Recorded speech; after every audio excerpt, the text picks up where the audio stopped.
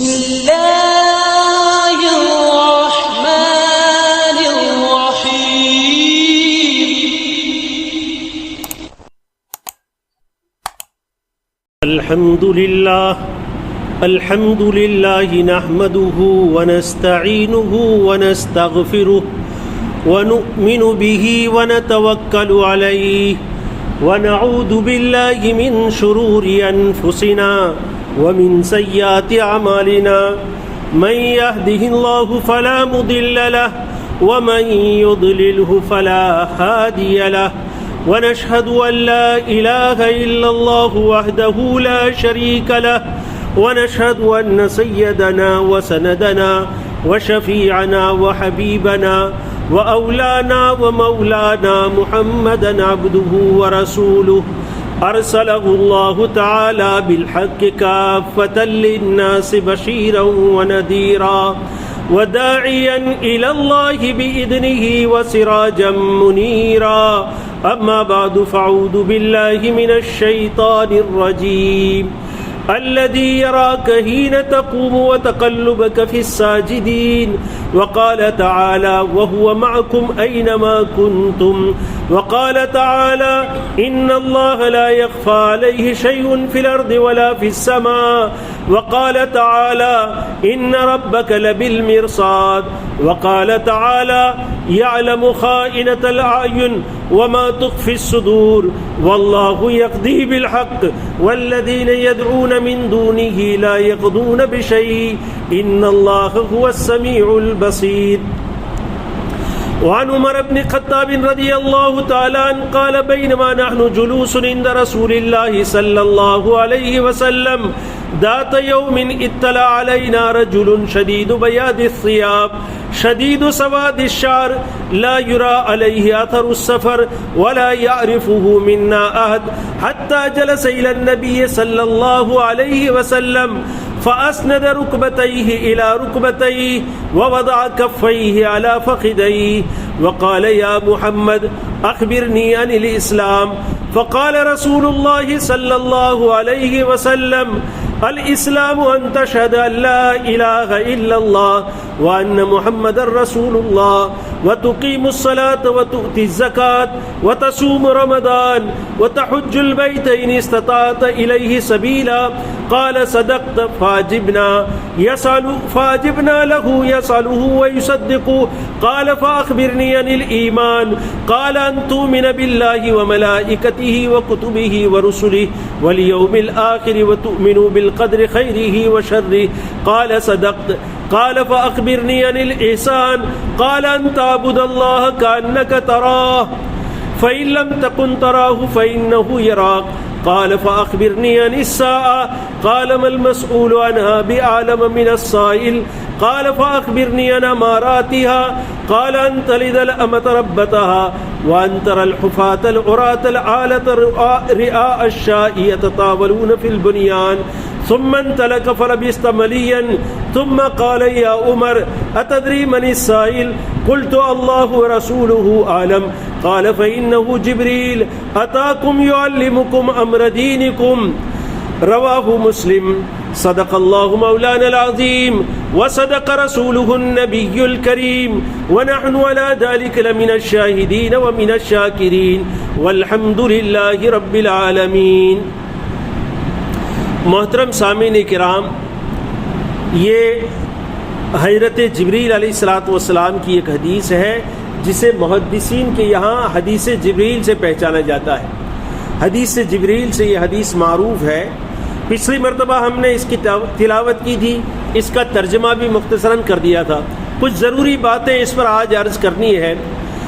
علامہ نووی رحمۃ اللہ علیہ نے باب المراقبہ نام سے ایک نیا باب شروع کیا ہے، اور مصنف کی جو عادت ہے کہ ہمیشہ کوئی بھی باب وہ شروع کرتے ہیں تو اس باب سے متعلق پہلے قرآن کی آیات ذکر کرتے ہیں، اس کے بعد احادیث کو ذکر کرتے ہیں. تو یہاں مختلف آیات انہوں نے ذکر کی، اس کے بعد اس حدیث کو ذکر کیا ہے. اس حدیث کو عمر ابن الخطاب رضی اللہ تعالیٰ عنہ روایت کرتے ہیں، جو اسلام کی تیسرے نمبر کی شخصیت اور خلفائے راشدین میں دوسرے نمبر کے خلیفہ ہیں.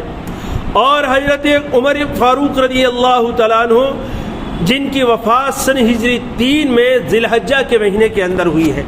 یہ حضرت عمر فاروق رضی اللہ تعالیٰ عنہ حدیث کو بیان کرتے ہیں،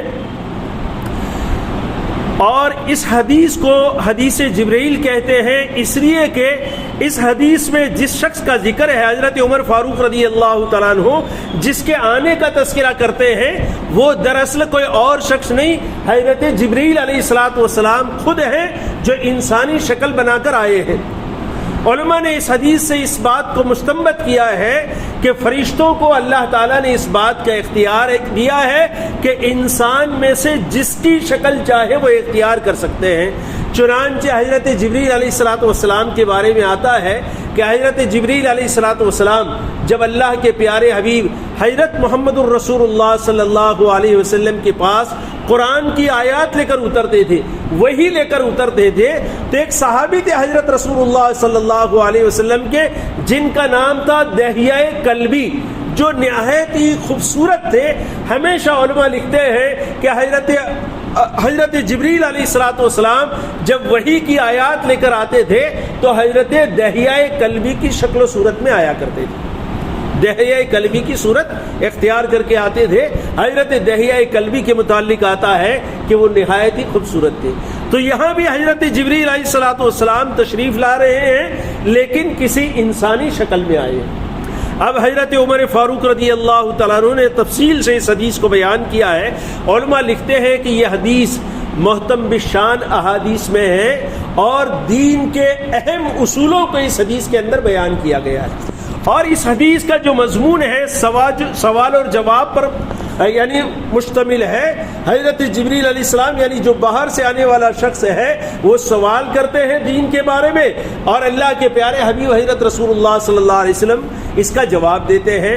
اصل میں اس حدیث کا مقصد تعلیم دین ہے، اور سوال اور جواب کا جو طریقہ ہے اس سے القا فی القلب یعنی کوئی بھی بات انسان کے دل میں آسانی سے بیٹھ جاتی ہے، یہ القا فی القلب ہونے کی وجہ سے یہاں اس طریقے کو سوال و جواب کے طریقوں کو اختیار کیا گیا ہے۔ دوسری بات علماء فرماتے ہیں یہاں اس میں دین کے بہت اہم مضامین بیان کیے گئے ہیں، اور ایک اور بات علماء نے یہاں لکھی ہے کہ حضرات صحابہ کرام رضوان اللہ تعالی علیہم اجمعین میں سے بعض دیہات کے رہنے والے گنوار اور بدوی قسم کے صحابہ کرام رضوان اللہ تعالی علیہم اجمعین جن کو یعنی آداب بات چیت کے آداب وغیرہ کا علم نہ ہونے کی وجہ سے حضرت رسول اللہ صلی اللہ علیہ وسلم کے پاس آ کر ہر قسم کے سوالات کیا کرتے تھے۔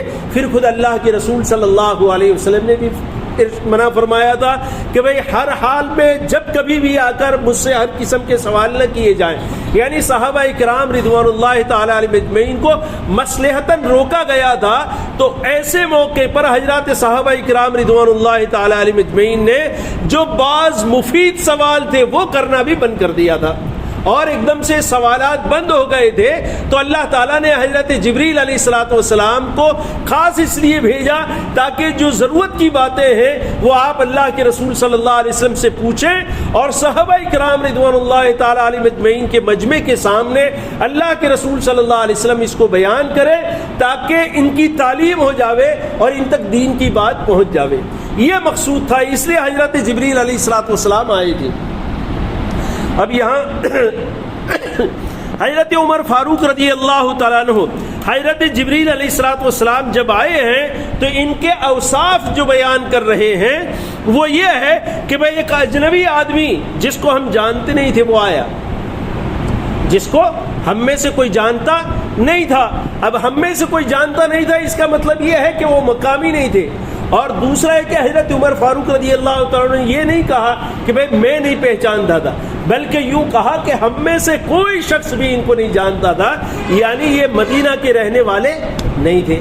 اب مدینہ کے رہنے والے نہیں ہیں تو باہر سے ہوں گے، لیکن آپ یہ بھی فرماتے ہیں کہ ان پر آثار سفر نظر نہیں آتے تھے، کہ آدمی سفر سے آتا ہے تو چہرے پر تھکان نظر آتی ہے، اس کے کپڑے گرد آلود ہوتے ہیں یا کوئی بھی ایسا طریقہ، کیونکہ اس وقت جو سفر کے جو یعنی سادن اس زمانے میں جو تھے، آج طرح کی اے سی والی گاڑیاں تو نہیں تھی کہ آدمی سفر کے بعد بھی جیسا ہے تیسے تر و تازہ باہر نکلتا ہے، نہیں تھا۔ وہ سفر یا تو پیدل کر کے آتے، یا تو سواریوں میں گھوڑے ہوتے، یا اونٹ ہوتے، یا کھچر ہوتے۔ تو ظاہری بات ہے یہ سواریاں ایسی ہیں کہ ان کے چلنے سے دھول اور گرد اڑے گی راستے کی، اور وہ کپڑوں پر بھی لگے گی، چہرے پر بھی لگے گی، بال بھی پراگندہ ہوں گے۔ لیکن کہتے ہیں کہ ان پر کوئی سفر کا اثر نظر نہیں آتا تھا۔ اس کا مطلب یہ ہوا سفر کا اثر نظر نہیں آتا تھا کہ یہ آدمی کوئی باہر سے بھی نہیں آیا تھا، باہر سے بھی نہیں آئے تھے اور مقامی بھی نہیں تھے، اس لیے کہ ہم میں سے کوئی جانتا نہیں تھا۔ تو ہم کو بڑی حیرت ہو رہی تھی کہ یہ شخص کون ہے اور کہاں سے آیا ہے۔ اور آنے کے بعد وہ اللہ کے رسول صلی اللہ علیہ وسلم کے سامنے آ کر بیٹھ گئے، اور بیٹھنے کی کیفیت جو بیان کر رہے ہیں حضرت عمر فاروق رضی اللہ تعالیٰ عنہ، وہ یہ ہے کہ جب یہ اللہ کے رسول صلی اللہ علیہ وسلم کے سامنے بیٹھے تو اپنے دونوں گھٹنوں کو حضرت رسول اللہ صلی اللہ علیہ وسلم کے گھٹنوں سے ملا دیا۔ اس طرح بیٹھے جیسے جو دو جانو ہم نماز میں بیٹھتے ہیں، عام طور پر طلبہ مدرسوں میں بیٹھتے ہیں، اس طرح بیٹھے اور پھر اپنے دونوں گھٹنوں کو حضرت رسول اللہ صلی اللہ علیہ وسلم کے گھٹنوں سے ملا دیے۔ بعض روایات میں یہ الفاظ بھی ہے کہ انہوں نے پہلے اللہ کے رسول صلی اللہ علیہ وسلم سے اجازت لی کہ یا رسول اللہ صلی اللہ علیہ وسلم میں آپ سے قریب ہو جاؤں، تو اللہ کے رسول صلی اللہ علیہ وسلم فرمایا قریب ہو جائیے۔ پھر 2 مرتبہ پوچھا، دوسری مرتبہ کہ یا رسول اللہ صلی اللہ علیہ وسلم میں آپ سے قریب ہو جاؤں، تو اللہ کے رسول صلی اللہ علیہ وسلم نے ارشاد فرمایا ہاں قریب ہو جائیے۔ تیسری مرتبہ آپ سے دریافت کیا یا رسول اللہ صلی اللہ علیہ وسلم میں آپ سے قریب ہو جاؤں، تو حضرت رسول اللہ صلی اللہ علیہ وسلم نے ارشاد فرمایا آپ قریب ہو جائیے۔ تو پھر آپ اتنے قریب ہو گئے کہ آپ کے دونوں گھٹنے حضرت رسول اللہ صلی اللہ علیہ وسلم کے گھٹنوں سے ملا دیے۔ وہ الفاظ اس حدیث میں نہیں ہے، بعض روایات میں ہے۔ دوسری ایک بات اس حدیث میں جس کا تذکرہ نہیں ہے کہ آ کر انہوں نے سلام کیا، ایسا تذکرہ اس حدیث میں نہیں ہے۔ بعض روایات میں وہ تذکرہ ہے بھی، لیکن علماء نے لکھا ہے کہ یہ سلام کا تذکرہ اس حدیث میں نہیں ہے، یا سلام اس لیے انہوں نے آنے کے وقت نہیں کیا تاکہ لوگوں پر یہ ظاہر نہ ہو جاوے کہ یہ کوئی فرشتہ ہے یا یہ کہ کوئی پڑھا لکھا یا جانکار آدمی ہے۔ یہ ثابت کرنا چاہتے تھے کہ لوگ اس فہم میں رہے کہ یہ کوئی بدوی اور دیہاتی آدمی ہے، کوئی گنوار آدمی ہے جس کے پاس یہ تعلیم اور یہ تہذیب نہیں ہے کہ مجلس میں جاتے وقت سلام کرنا چاہیے۔ یہ لوگوں پر ثابت کرنا چاہتے تھے، اس لیے آپ نے سلام نہیں کیا۔ تیسری بات آگے فرماتے ہیں آنے کے بعد بیٹھ گئی، بیٹھنے کے بعد پھر انہوں نے اپنی دونوں ہتھیلیاں، جو حدیث کے الفاظ ہیں وَوَضَعَ كَفَّيْهِ عَلَى رُكْبَتَيْهِ، اس کے علماء نے 2 مطلب بیان کیے ہیں۔ ایک مطلب تو یہ ہے کہ اپنی دونوں ہتھیلیوں کو اپنی رانوں کے اوپر رکھ دیا، جیسے طلبہ عام طور پر اپنی رانوں پر اپنی دونوں ہتھیلیاں رکھ کر بیٹھتے ہیں۔ دوسرا ایک لفظ علماء نے یہ بھی لکھا ہے کہ اپنی دونوں ہتھیلیاں حضرت رسول اللہ صلی اللہ علیہ وسلم کی رانوں پر رکھ دی، اور یہ زیادہ قرب حاصل کرنے کے لیے یہ طریقہ اختیار انہوں نے کیا، یہ علماء نے لکھا ہے۔ اس کے بعد پھر انہوں نے بات شروع کی، تو بات شروع کرنے میں سیدھے انہوں نے کہا یا محمد، کیا ہے محمد صلی اللہ علیہ وسلم، یہ کہہ کر بات شروع کی ہے۔ حالانکہ علماء فرماتے ہیں، اللہ تعالیٰ قرآن کریم میں ارشاد فرماتے ہیں لا تجعلوا دعاء الرسول بعدکم بعدا کبعضکم بعدا، کہ تم اللہ کے رسول صلی اللہ علیہ وسلم کے پکارنے کو تم آپس میں جیسے ایک دوسرے کو پکارتے ہو اس طرح مت پکارو کہ یا محمد کہہ کر یا اللہ کے رسول صلی اللہ علیہ وسلم کا نام لے کر مت پکارو، بلکہ یا رسول اللہ یا نبی اللہ کہہ کر جب بھی کوئی کام ہو اللہ کے رسول صلی اللہ علیہ وسلم سے بات کرو۔ لیکن اس آیت میں یہ ارشاد کے باوجود یہاں پر جو حضرت جبریل علیہ السلام آئے ہیں، انہوں نے بات چیت یا محمد کہہ کر شروع کی ہے۔ تو علماء نے یہاں یہ بھی لکھا ہے کہ قرآن کی جو آیات ہے وہ امت کے لیے ہے، امت کے افراد اس کے مکلف ہیں، فرشتے قرآن کے احکامات کے مکلف نہیں ہیں۔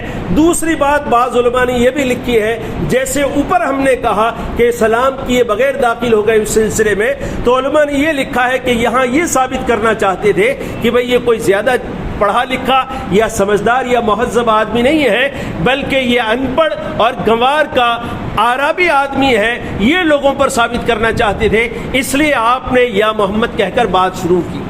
دوسری ایک بات اور بھی بعض علماء فرماتے ہیں کہ بھئی اگر کوئی اجنبی آدمی جیسے آپ کے پاس اگر کوئی آتا ہے اور وہ آدمی اگر آپ کو نام لے کر بلاتا ہے تو آپ اس کے زیادہ قریب ہو جاتے ہیں اور آپ کو یہ لگتا ہے کہ بھئی یہ آدمی تو نیا ہے، میں تو اسے جانتا نہیں ہوں اور وہ میرا نام بھی جانتا ہے. تو پھر اس طرح قرب پیدا کرنے کے لیے انہوں نے رسول اللہ صلی اللہ علیہ وسلم کا نام لے کر یا محمد کہہ کر آپ کو پکارا. اس کے بعد یہ بات ہو جانے کے بعد پھر آپ کو حضرت جبریل علیہ الصلوۃ والسلام نے سب سے پہلے پوچھا آپ کے بارے میں، آپ سے ایمان کے بارے میں پوچھا. یا محمد اخبرنی عن الاسلام، سب سے پہلے اسلام کے بارے میں پوچھا کہ اسلام کیا ہے، اس کی مجھے خبر دیجیے.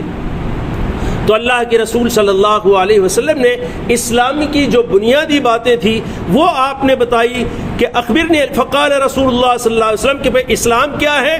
آپ کلمہ پڑھیں ان تشہد ان لا الہ الا اللہ وان محمد الرسول اللہ، آپ اس بات کی گواہی دیں کہ اللہ کے علاوہ کوئی عبادت کے لائق نہیں اور محمد رسول اللہ صلی اللہ علیہ وسلم اللہ کے رسول ہیں. نماز قائم کریں، زکوٰۃ ادا کریں اور رمضان کے روزے رکھیں. اللہ نے آپ کو استطاعت دی ہے تو حج کریں. یہ اسلام ہے.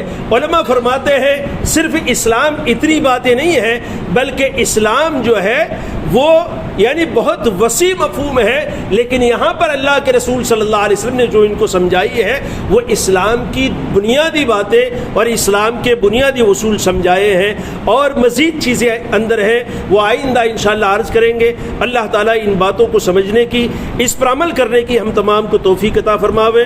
وآخر دعوانا ان الحمد للہ رب العالمین.